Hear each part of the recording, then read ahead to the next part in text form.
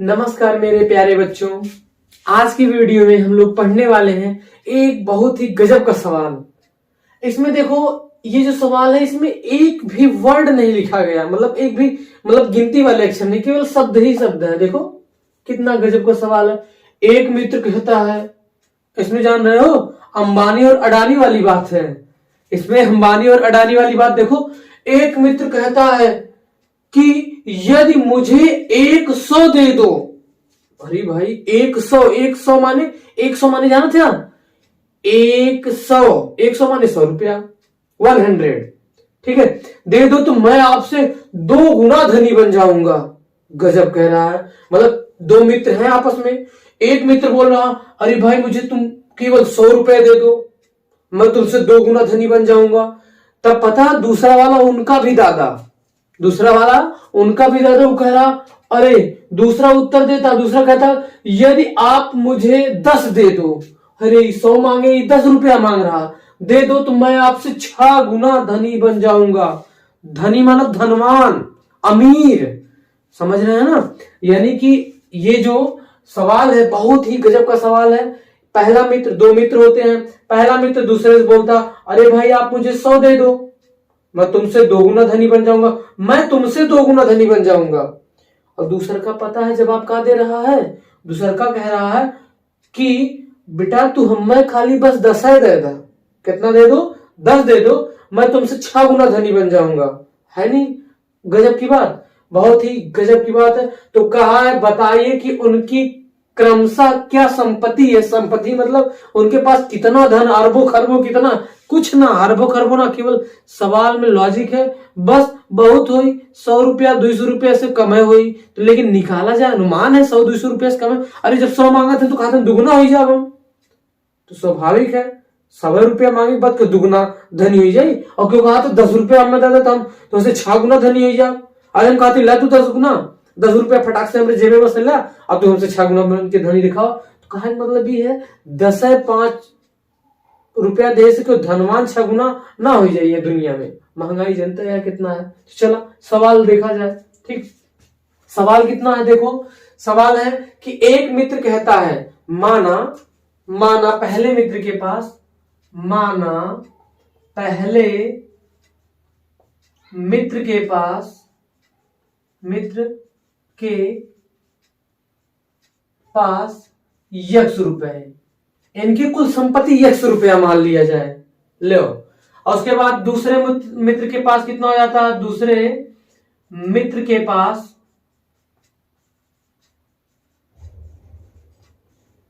Y रुपया, क्या रुपया? Y रुपया।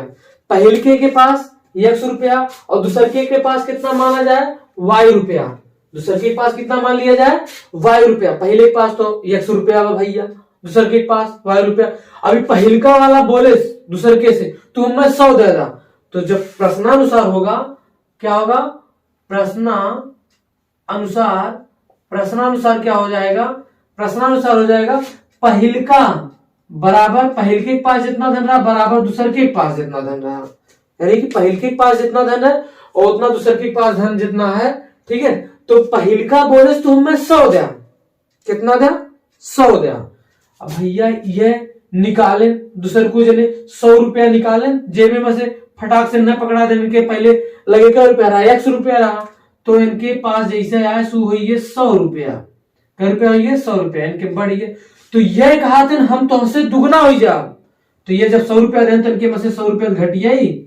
अरे इनके पास Y रुपया रहा, ये 100 रुपया निकाले, जैसे निकाली है तैसे 100 रुपया घट गई, और इन्हें जब दे रही है तो इनके 100 रुपया जुड़ गए। तो यह कहा था हम तो हमसे दुगना हो जा।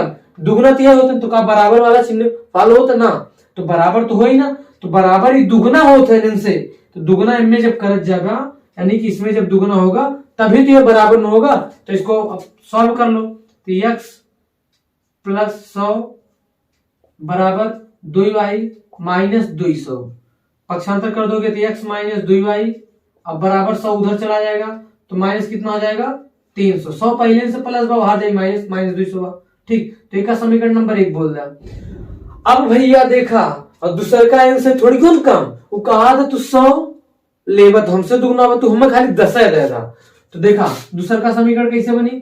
दूसरी शर्त से, यानी कि दूसरी शर्त से कैसे बनाओगे, शर्त नंबर सेकंड, ये तो प्रथम शर्त रहा, प्रश्नानुसार शर्त फर्स्ट कर दे इसको, प्रथम शर्त रहा, पहली कंडीशन था, और ये दूसरी कंडीशन, दूसरे की कंडीशन।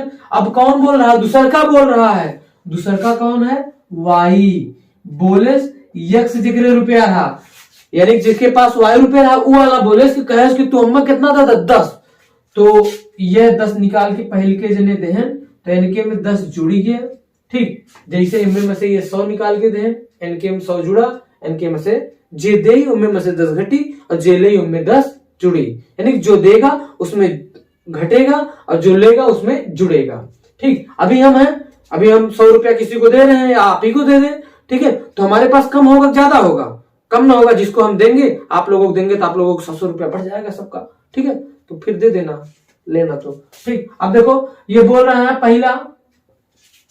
पहला जो है, अरे ये मत सोचो अभी दिए नहीं है, ठीक है, अब सवाल पे ध्यान दो, ये y प्लस 10, ठीक है, y प्लस 10, अभी बोल रहा है कि जो 10 रुपया लिया वो कहा कि हम तुमसे 6 गुना हो जाएंगे, तो ये 6 गुना हो रहा है, तो 6 गुना किसमें करेंगे, इसमें 6 से गुणा आप इसमें करिएगा ना, तो ये हो जाएगा y प्लस 10 बराबर 6x और -60 को इधर ही लेके आइए, y को उधर कर दीजिए, तो 6x माइनस वाई बराबर में हो जाएगा ये कितना, ये इधर आ जाएगा तो आ जाएगा 70, कितना आ जाएगा 70, ये समीकरण नंबर कितना बन गया बेटा, 2, समीकरण नंबर कितना बन गया, 2। अब इस सवाल में आप लोग देखिए x का गुणांक उसमें 6 है, इसमें x का गुणांक 1 है, इसमें y का गुणांक 2 है, इसमें y का गुणांक कितना है, 1 है।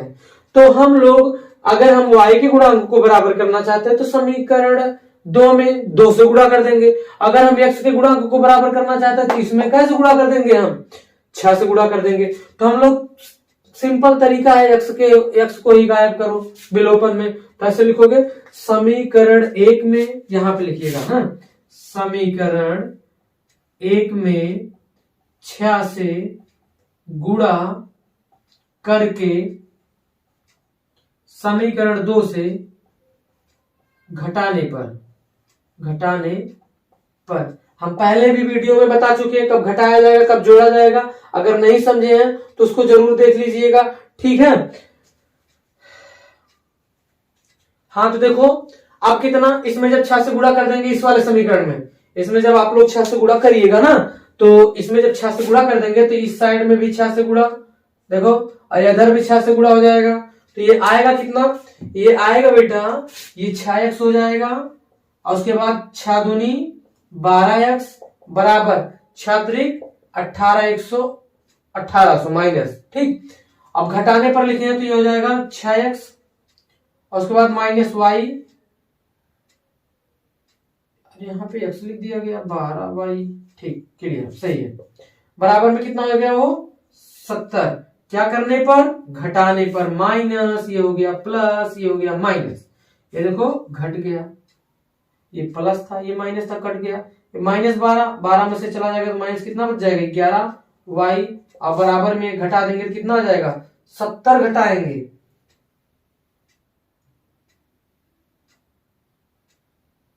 गुणित करना नहीं तो 0, ये आ गया 3, ये उधार दिया, ये आ गया कितना 6, अरे एक उधार दिया था ये 0 में से 0 और ये उधार दिया, ये 7, 10 में से जाएगा 3, ये उधार दिया, ये 7 बच गया, 7 हाँ ये 7 बच गया, कितना बच गया 7, और ये कितना बच गया 1, और भी सॉरी ये तो जुड़ेगा, माइनस माइनस जुड़ जाएगा, देखो माइनस माइनस ये जुड़ जाएगा, ये हो जाएगा 0, ये हो जाएगा 7, ये हो जाएगा 8, ये हो जाएगा 1, वो भी माइनस में, ठीक।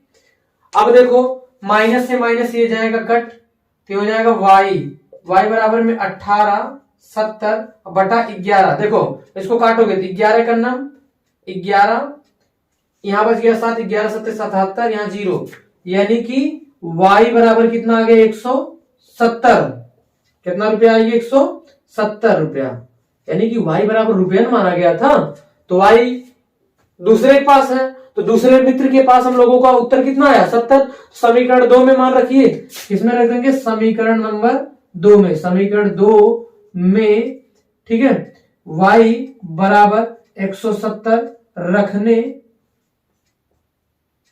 पर, ठीक है, रख दीजिए 6x माइनस वाई मान 170 बराबर 70, ये उधर चला जाएगा तो 6x बराबर में 70 और प्लस 170 बराबर आ जाए 240 और 6x बराबर, तो x बराबर कितना आ जाएगा 240 और बटा 6 काट दोगे कितना आ जाएगा 6 चौके 24, x बराबर आ जाएगा 40, x बराबर क्या रुपया आ जाएगा 40 रुपया, अरे 6 चौके 24 40 रुपया आ जाएगा, ये आ जाएगा 70 रुपया। अब थोड़ा उत्तर की जांच कर लो, इनके पास बचल, इनके पास कितना रुपया रहा 170 और इनका पास 40 रुपया। देखो ये कहे अगर हमें 100 दे दा, कितना दे दो 100 दे दो, तो ये सब 100 देंगे तो ये 140 हो जाएंगे और ये बचेंगे 70, कहे ना दुगना 70 दुना 140 दुगना होगा, ये कहे भैया जो है तूने हमें 10 दे दा, तो जब 10 दे रही है तो ये है 180, तो इनके पास 3 बची है 30 बची है, तो 30 छक्का यानी कि 30 का पहाड़ा जब 6 बार पढ़ोगे तो आ जाएगा कितना 180, यानी जब 10 दें तो 180 6 गुना नहीं हुए। तो इस प्रकार से हमारा ये सवाल था, आप लोगों को अच्छे से समझ में आया होगा। ठीक है, एक बार इस सवाल को, ठीक है, आप लोग स्क्रीनशॉट ले लीजिए। इसके बाद इसी तरीके से पैसा रुपया वाला सवाल एक ठो और बता दें, आप लोगों को अच्छे से समझ में आ जाएगा। तो मेरे प्यारे बच्चों, आप लोग इसका स्क्रीनशॉट ले लीजिए, उसके बाद हम तुरंत दूसरे सवाल की तरफ बढ़ते हैं।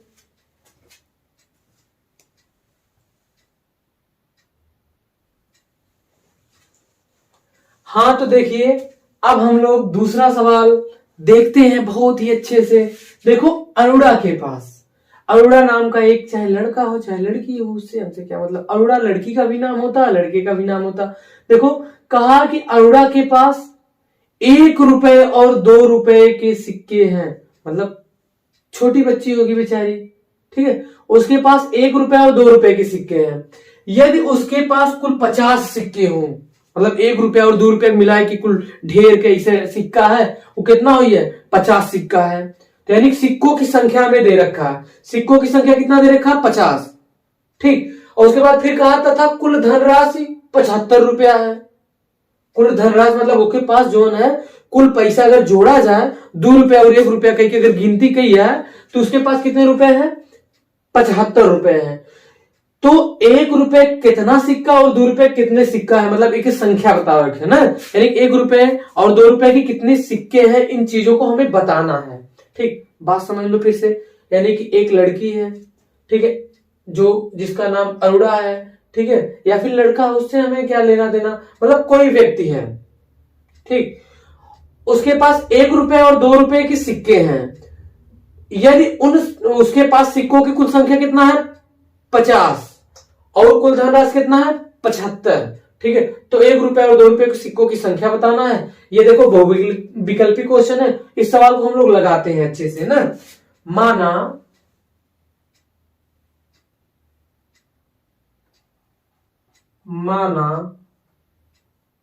1 रुपए की के सिक्कों की संख्या बराबर x। माना 1 रुपए के सिक्कों की संख्या बराबर x, तो 2 रुपए की सिक्कों की संख्या बराबर, बहुत सही, आप लोग जो बोल रहे हो मन में वही, सिक्कों की संख्या बराबर y। रुपया तो माना ना गया, 1 रुपया कितना सिक्का है x, 2 रुपया कितना सिक्का है y। बस देखा, अब पहला कंडीशन यहां से यहां तक बनी, उसके पास कुल कितने सिक्के हैं 50, यानी कि 1 रुपया की सिक्का की संख्या, पहली शर्त नंबर 1 वही देखो बन गया। शर्त नंबर 1 क्या है, 1 रुपया की सिक्का की संख्या प्लस 2 रुपया की सिक्का की संख्या बराबर कितना 50। समीकरण नंबर 1, ना समझ गया, फिर से समझा। कहा था 1 रुपया और 2 रुपया के पास खाली सिक्को है और 5 रुपया 10 रुपया का सिक्का ना है, खाली 1 रुपया और 2 रुपया, वो कुल मिलाए के कितना 50 है। तो हम 1 रुपया की सिक्के की संख्या x माने, 2 रुपया की सिक्के की संख्या y माने, तो दोनों जब जोड़े हैं यानी कि x और 1 रुपया की सिक्के की संख्या है y, 2 रुपया की सिक्के की संख्या 1 रुपया की सिक्के की संख्या प्लस 2 रुपया की सिक्के की संख्या, कुल मिलाए कितना हुई है 50। ठीक, अब दूसरे की शर्त देखा, शर्त नंबर कितना 2, शर्त नंबर 2 में कहा है, शर्त नंबर 2 में बेटा कहा है कि उसके पास कै रुपया है 75 रुपया। अब सोचा 1 रुपया का, अगर जैसे हम कहा थी हमारे पास 10 सिक्का बा 1 रुपया का, हमारे पास क्या है 10 सिक्का है, 10 टिका बा सिक्का, वो 1 रुपया का है, कै रुपया का 1 रुपया, तो हमारे पास कै रुपया बा। तो क्या करोगे, 1 से बहुत, ये तो छोटा से छोटा बच्चा भी बता सकता, 10 से 1 में गुणा कर दो हमारे पास रुपया आ जाएगा, 10 एक 10 रुपया दो हमारे पास। ठीक, वैसे ही देखो जब 1 में गुणा कही जाए यक्स में, तो 1 रुपया मतलब संख्या से और रुपया गुणा कर दा, यानी कि कितना ये 1 गुणे x बराबर कितना है ये यक्स रुपया। अब 1 रुपया का सिक्का अगर मतलब 1 रुपया जितना सिक्का रहा, अगर ओकर गुणा किया है 1 से तो उतने तो आई, यानी कि अब 1 रुपया का सिक्का की संख्या यानी कि 1 रुपया कुल मिला कितना रहा यक्स रुपया रहा। और 2 रुपया वाला चेक किया तो कितना ये 2y रुपया और सिक्का की संख्या, और दोनों जोड़ के अभी जान ला 1 रुपया जितना रहा कुल मिलाएगी और 2 रुपया जितना मिलाएगी रहा कुल मिलाए क्या रुपया है 75। इस समीकरण नंबर कितना बन गया 2, समीकरण कितना बन गया 2। अब देखो समीकरण 1 व 2 को देखो, हमने देखा x का गुणांक यहाँ 1 है, x का गुणांक यहाँ 1 है, y गुणांक यहाँ 1 है, यहाँ y गुणांक 2 है, तो बहुत आसान है, x का गुणांक हमें बराबर मिल गया है। तो x का गुणांक जब हमें बराबर मिल गया तो समीकरण 1 2 को घटा देते हैं, झंझट खत्म। समीकरण 1 व 2 को घटाने पर, समीकरण 1 व 2 को घटाने पर, घटा दो 1 व 2 को घटा दोगे कितना हो जाएगा x प्लस वाई बराबर 50, x प्लस 2y बराबर 75, माइनस माइनस माइनस ये कट गया, ये घट गया तो आ गया माइनस y, इसको घटा दोगे तो माइनस 25। अरे 75 में से 50 घटा लोगे तो 25 से तो बचेगा, तो माइनस 25, माइनस माइनस कट गया। ठीक, तो y बराबर 25। अब ये y बराबर आ गया 2 रुपए सिक्का संख्या, कै रुपए सिक्का संख्या 2 रुपए सिक्का संख्या, और 25 दूनी हुए हिसाब से 50 होगी तो 75 रुपए, तो 25 सिक्का कन्फर्म आवे चाहिए। समीकरण 1 में रख दो, समीकरण 1 में y बराबर 25 रखने पर रख दो x प्लस वाई मान 25 बराबर 50। ठीक, और उसके बाद x बराबर कितना है 50 माइनस 25, तो x बराबर 25, ये आ गया इसका भी मान, यानी कि 25 सिक्का 2 रुपया का और 25 सिक्का 1 रुपया का है। ठीक, इस तरीके से हमारा ये सवाल था, आप उत्तर की जांच कर सकते हो, देख लो। अगर 2 रुपये 25 सिक्का तो 25 दूना 50 रुपया होगी, और 25 सिक्का 25 1 रुपया होगी, 25 सिक्का तो 25 रुपया है। ठीक, तो 25 और 50 जोड़ोगे तो आ जाएगा कितना 75 रुपया। ठीक, इस तरीके से मेरे प्यारे बच्चों ये भी सवाल खत्म हो गया। आप लोग पढ़ते रहिए, ठीक है, क्योंकि आगे परीक्षा है, परीक्षा में आप लोग बढ़िया से बढ़िया नंबर पाओ, उसके बाद हमें तो मिठाई खाना है। ठीक है, जब बढ़िया नंबर पाओगे तभी हम मिठाई खाएंगे भाई, लेकिन अगर बढ़िया नंबर नहीं पाते हो तब बेकार है पढ़ाई लिखाई। तो मेरे प्यारे बच्चों मेरी यही कामना कि आप लोग अच्छे से अच्छा नंबर पाओ। ठीक है, बेस्ट आप लोग, धन्यवाद।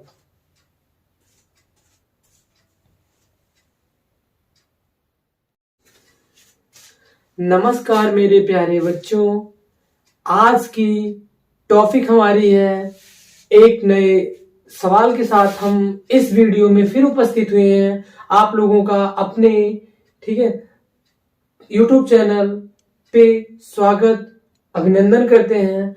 आज जो है हम एनसीईआरटी पैटर्न का एक और सवाल, जो कि बहुत ही इंपॉर्टेंट सवाल है, कठिन सवाल है, मतलब हम पहले से ही आप लोगों को बताए हैं, हम इजी सवाल को तो बहुत कम आप लोगों के लिए वीडियो में लेके आएंगे, लेकिन जितने भी कठिन कठिन सवाल होंगे, जितने सवालों से आप लोगों को डर लग रहा होगा, उन सब सवाल का मैं एक एक करके एक वीडियो लेके आऊंगा, जिसमें हर सवाल का समाधान बिल्कुल आसानी से कर दूंगा। ठीक है, तो आप लोग वीडियो को देखकर उन सवाल को आप लोग आसानी से लगा सकोगे, उन सवालों से आप लोगों का डर एकदम खत्म कर देंगे, ये हमारी गारंटी है। आप लोग देखो, पहला सवाल जो है, पहला सवाल दिया गया है मेरे प्यारे बच्चों, ये पहला सवाल दिया गया है 2 पाइप। पहले तो बात समझ लो, एक तालाब है, एक तालाब मतलब स्विमिंग पूल है। ठीक है, देखो पहले क्वेश्चन को पढ़ा जाए। ठीक है, एक स्विमिंग पूल होता है, उसमें 2 तरह के पाइप हैं। क्या है? 2 तरह के, एक मोटे व्यास वाला मतलब एक बड़े व्यास वाला है, एक जो है छोटे व्यास वाला है। इन से एक स्विमिंग पूल को एक से भरा जाता है, बारी बारी से भरा जाए या एक साथ भरा जाए। अभी इस बात को हम लोग अच्छे से समझते हैं। पहले देखो, कहा कि 2 पाइपों द्वारा, 2 पाइप हो गया, एक स्विमिंग पूल को, एक स्विमिंग पूल है ये। स्विमिंग पूल, स्विमिंग मतलब तैरना, नहाना, धोना, ये सब जान लो। स्विमिंग पूल तो आप लोग जानते ही होंगे। ठीक है, उतने तो गंवार तो है नहीं, आप लोग सभी लोग पढ़े लिखे हैं, हमसे ज्यादा जानकार हैं। ठीक है, तो यानी कि एक स्विमिंग पूल, ये एक स्विमिंग पूल है, इससे हमें कुछ लेना देना नहीं। स्विमिंग पूल हो चाहे पोखरा हो चाहे तालाब हो, कुछ भी हो, उससे नहीं मतलब, बस हमें मतलब 2 पाइपों द्वारा, ठीक है, एक स्विमिंग पूल को भरने में 12 घंटा लगता है। मतलब इन दोनों पाइपों से अगर भरा जाता है इस स्विमिंग पूल को, यानी पूरा ऐसे भरा जाए, पूरा एकदम एक स्विमिंग पूल को, तो टोटल कितने घंटे लग जाते हैं? 12 घंटे लग जाएंगे। कितना घंटे लग जाएंगे? 12 घंटे लग जाएंगे। बात यहां तक समझ में आ गई? अब उसके बाद देखो, कहा है यदि इसमें से बड़े व्यास वाले, यदि इसमें से बड़े व्यास वाले, ठीक है, पाइप का प्रयोग 4 घंटे करें। अगर ये बड़े व्यास वाले पाइप को अगर केवल 4 घंटे चलाया जाए और बाद बंद कर दिया जाए, ठीक, 4 घंटे प्रयोग करें, और छोटे व्यास वाले पाइप का प्रयोग 9 घंटे करें। और ये छोटा वाला है, यानी इसको केवल 4 घंटे प्रयोग करना है, और इसको कई घंटा? 9 घंटा प्रयोग करना है। चलाने के बाद बंद कर दिया जाए, मतलब एक 4 घंटा चलाया जाए। ठीक, इसको 9 घंटा, बड़े व्यास वाले को 4 घंटा और छोटे व्यास वाले को कितना घंटा? 9 घंटा प्रयोग करें, तो स्विमिंग पूल केवल, ठीक है, आधा भरा जा सकता है। आधा मतलब जान ही रहे, पूरा नहीं, आधा केवल, यानी इतना तक भरा, खाली इतने तक। 4 घंटा अगर एक प्रयोग किया, 9 घंटा इसका अगर प्रयोग किया जाए, तो ये केवल आधे भरात है। और पूरा भरने में 12 घंटा युग चलाओ, 12 घंटा युग चलाओ, तब जाके पूरा भरता है। बात यहां तक अगर समझ में आ गई होगी, तभी सवाल एकदम आसान हो जाएगा। तो स्विमिंग पूल आधा ही भरा जा सकता। कब आधा भराई? जब एक 4 घंटा, एक 9 घंटा। और प्रत्येक पाइप को पृथक पृथक रूप से, यानी प्रत्येक पाइप को पृथक पृथक, अगर इसको बंद कर दिया जाए, केवल इसी से भरा जाए, और इसको बंद कर दिया जाए, केवल पूरा स्विमिंग पूल इसी से भरा जाए। पूरा मतलब जैसे एकदम खाली भरने में कितना समय, मतलब अलग अलग इसको अगर भरा जाता है तो इसमें कितना समय लगता है, इस बात को हम लोगों को बताना है, समझना है। तो आप लोग उम्मीद कर रहे हैं कि क्वेश्चन को समझ गए होंगे। अब हम लोगों की बारी आती है क्वेश्चन को सॉल्व करना। पहला देखो मुद्दा ये होता है क्वेश्चन को समझना। जब तक हम क्वेश्चन समझेंगे नहीं, तब तक हम थोड़ी ना सवाल को लगा पाएंगे। केवल आप लोगों को पहले सबसे क्वेश्चन को समझना है, ठीक है, समझ लेंगे, उसके बाद लगा लेंगे। अब इतने तो काम खत्म हो गया। ठीक, अब हम लोग सवाल को लगाते हैं। ठीक, सवाल को सॉल्व करेंगे। सबसे पहले लिखते हैं, ठीक, सबसे पहले लिखते हैं कि बड़े व्यास वाले को हल लिखेंगे। हल में लिखेंगे बड़े व्यास वाले पाइप द्वारा स्विमिंग पूल, स्विमिंग पूल को भरने में लगा समय बराबर, भरने में लगा समय बराबर x घंटा। कितना मान लीजिए? x घंटे। बात समझ लो थोड़ा सा। इसको हम लोगों ने कितना मान लिया? x घंटा। यानी कि अगर केवल बड़े, जो यहां फिगर बना था, जो बड़े व्यास वाला जो पाइप था अगर उसको केवल चलाया जाए स्विमिंग पूल को भरने के लिए तो वो x घंटा में भर देगा। कितने घंटे में? x घंटा। और उसके बाद अब यहां पे लिखेंगे हम लोग छोटे, क्या लिखेंगे? छोटे छोटे व्यास वाला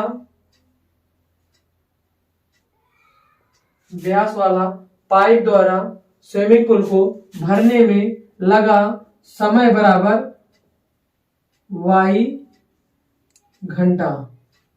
कई घंटे? y घंटे। अगर हम बड़े वाले से भरते हैं स्विमिंग पूल को पूरा का पूरा तो x घंटा लगता है, और उसके बाद अगर हम लोग छोटे व्यास वाले पाइप से अगर इसको भरते हैं उस स्विमिंग पूल को तो उसको टोटल समय लगेगा y घंटा। इस बात को हमने मान लिया। ठीक, अब ध्यान से सुनिए, अगर यहां पे लिखे हम लोग x घंटे में, ठीक है, x घंटे में पूरा स्विमिंग पूल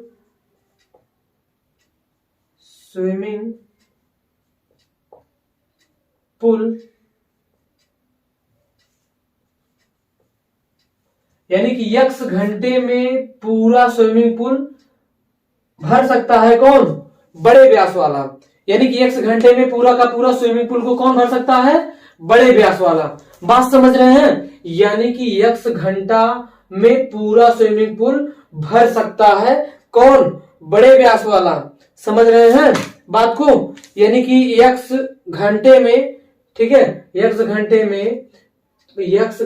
में बड़े व्यास वाला स्विमिंग पूल को यहां पे लिख सकते हैं आप लोग बड़े व्यास वाला, यहां पे बड़े व्यास वाला, ठीक है, बड़े व्यास वाला पूरा स्विमिंग पूल भर सकता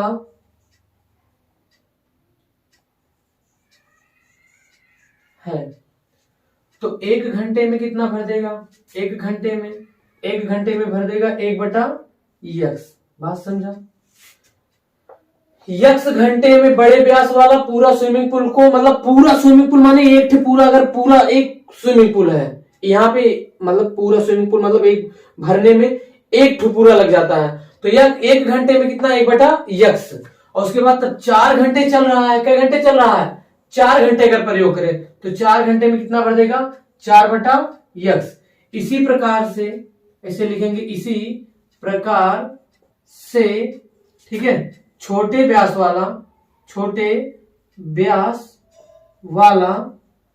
इसी प्रकार से छोटे व्यास वाला कितने में? जैसे छोटे व्यास वाला y घंटे भर देगा, इसे मानेंगे y घंटे में छोटे व्यास वाला पूरा स्विमिंग पूल भर सकता है, यानी कि y घंटे में पूरा का पूरा स्विमिंग पूल को भर सकता है छोटे व्यास वाला। तो उसी प्रकार से लिखेंगे 1 घंटे में 1/y हो जाएगा।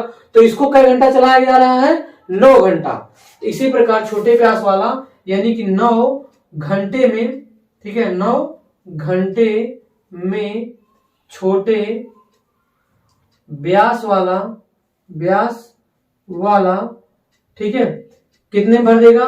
9/y, ठीक है, को भर सकता है। कितना? तालाब का मतलब स्विमिंग पूल का 9/y भर सकता है। अब सुनो ध्यान से, अगर 4 घंटा इसको चलाया जाए बड़े व्यास वाले को और 9 घंटा छोटे व्यास वाले को अगर चलाया जाए, तो छोटे व्यास वाले को अगर चलाया जाए कई घंटा? 4 घंटा बड़े व्यास वाले को, और प्लस 9/y ये चल गया प्रश्नानुसार। यहां पे क्या लिखेंगे हम लोग? प्रश्नानुसार।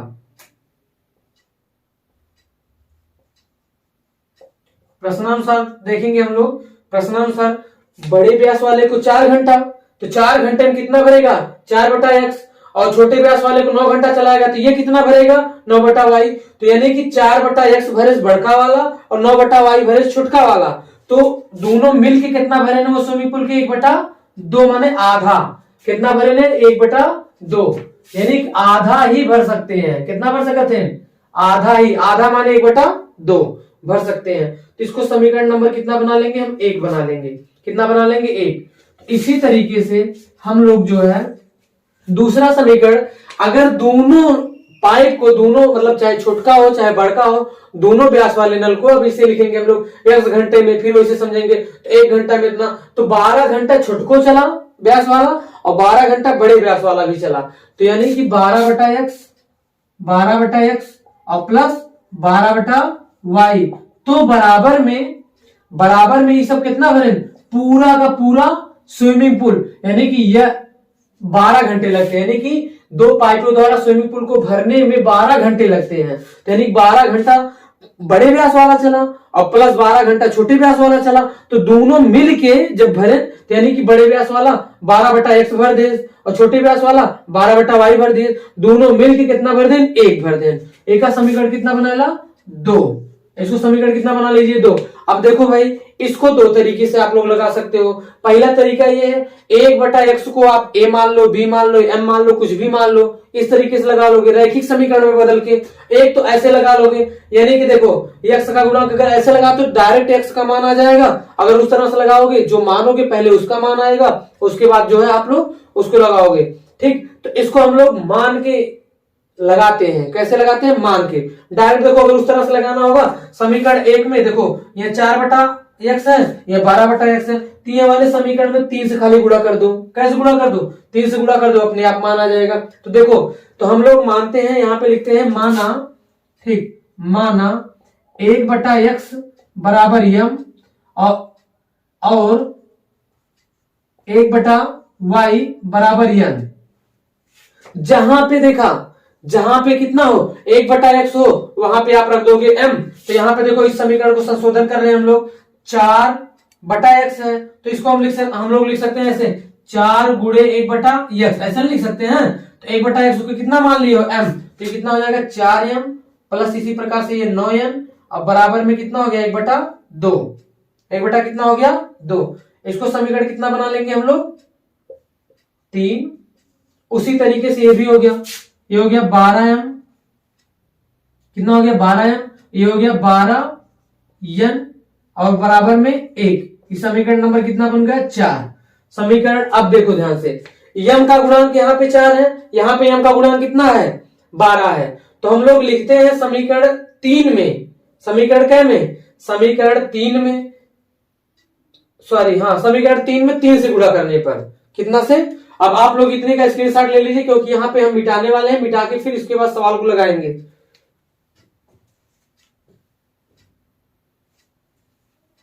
हाँ, तो आप लोग स्क्रीनशॉट ले लिए होंगे, बस इतना देखिए, यहां से इतना मिटाने वाले हैं, क्वेश्चन नहीं मिटा रहे हैं। आप लोग क्वेश्चन को नोट कर लीजिएगा, उसके बाद ही सवाल को लगाइएगा।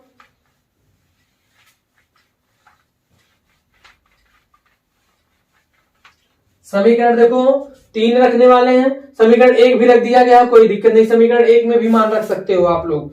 ठीक, तो देखो 1 को भी जरूरी है, 3 भी जरूरी है, उधर भी देखो 2 समीकरण, इधर भी 2 समीकरण। ठीक, अब देखो यहां पे लिखते हैं हम लोग समीकरण 3 में 3 से गुणा करके समीकरण 4 से घटाने पर, क्या करने पर, घटाने पर।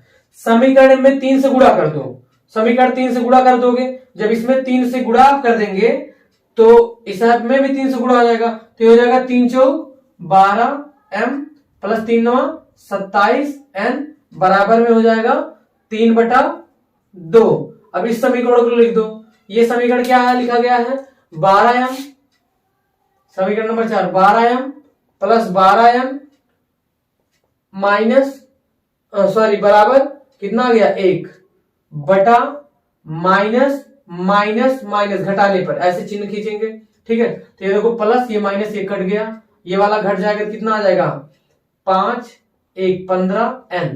अब इसको देखो, इसको अलग कर लो, अलग करके देखो कितना लिखा गया है, ये 3/2 और माइनस में 1, तो यहां हो जाएगा ये कितना 3, इसका इसमें गुणा करेंगे तो माइनस कितना हो जाएगा 2 और बटा 2, 2 1 कम 2, तिरछा गुणा करेंगे तो घट जाएगा, तो कितना आ जाएगा 1/2। तो ये n बराबर देखो इसमें गुणा था, इधर आएगा भाग हो जाएगा, तो 1/2 गुणे 15, यानी कि n बराबर में आ गया 1/30।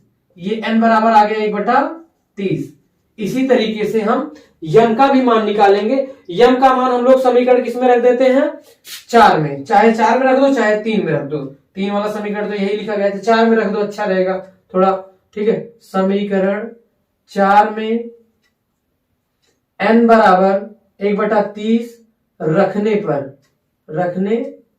पर ठीक रख दीजिए, तो 12m प्लस 12n, n का मान कितना 1/30, और उसके बाद बराबर में कितना है 1, इसको काट दो 4 से, सॉरी 3 से, 3 चौक 12, 3 दहा में 30, फिर 2 से काट दो, 2 दूनी 4, 2 पच्चे 10, ये आ गया 2/5, 2/5 उधर कर देंगे तो 12m बराबर 1 माइनस, ठीक है, 1 माइनस 2/5, 5 एकन्नम 5, 5 में से 2 जाएगा तो आ जाएगा 3/5, ये हो गया 12m, और उसके बाद m बराबर हो जाएगा आपका 3/5 और गुणा में 12, 3 चौक 12, तो m बराबर में कितना आ गया 20, m बराबर में 1/20, कितना आ जाएगा 1/20, ठीक। तो m बराबर 1/20 आ गया। आप जहां पे मान रखे थे, मान देखिए यहाँ पे कितना रखा गया है, अभी तो ये उत्तर पूरा नहीं आया, ये n का मान आया, ये m का मान आया है, n का मान 1/30 आया है और m का मान कितना आया था 1/20। अब जहां जहां आप मान रखे हो वहां आपको रखना पड़ेगा दोबारा से, ठीक है, दोबारा रखोगे 1/x बराबर m का जगह पे कितना है 1/20, इन दोनों को उलट दीजिए, उल्टेंगे तो x बराबर कितना आ जाएगा, ये देखो x जाएगा ऊपर तो x चला आएगा नीचे, तो ये भी 20 चला जाएगा ऊपर तो हो जाएगा 20, तो x बराबर कितना 20 घंटे आ गया, यानी कि 20 घंटे किसको भरने में लगेगा अकेले, बड़े व्यास वाले को। उसी तरह से छोटे व्यास वाले को कितना लग जाएगा 1/y बराबर 1/m, सॉरी n का मान 1/30, तो y बराबर इसको भी उलट देंगे, उल्टेंगे कितना आ जाएगा 30 घंटे, ठीक है, 30 घंटे, इसको 30 घंटे लगे। तो आप लोग अच्छे से समझ गए होंगे कि बड़े व्यास वाले को अगर अकेले स्विमिंग पूल को भरता है तो उसको अकेले भरने में 20 घंटे लगेंगे, और जो है छोटे व्यास वाले अगर पाइप से उस स्विमिंग पूल को भरा जाता है तो उसको अकेले भरने में क्या घंटा लगेगा 30 घंटा लगेगा। तो मेरे प्यारे बच्चों, इस प्रकार से ये पहला मतलब सवाल था, ठीक है, बहुत ही इंपॉर्टेंट सवाल था, कठिन भी सवाल था, तो आप लोग इससे भ्रमित नहीं होना, ठीक है। इस सवाल को अब आज के बाद इस प्रकार के जितने भी सवाल मिलेंगे आप लोग श्योरली एकदम, मुझे पूरा विश्वास कि आप लोग कर ले जाओगे, ठीक है। बस आज तक की वीडियो में बस इतना ही। बेस्ट आप लोग पढ़ते रहिए, धन्यवाद।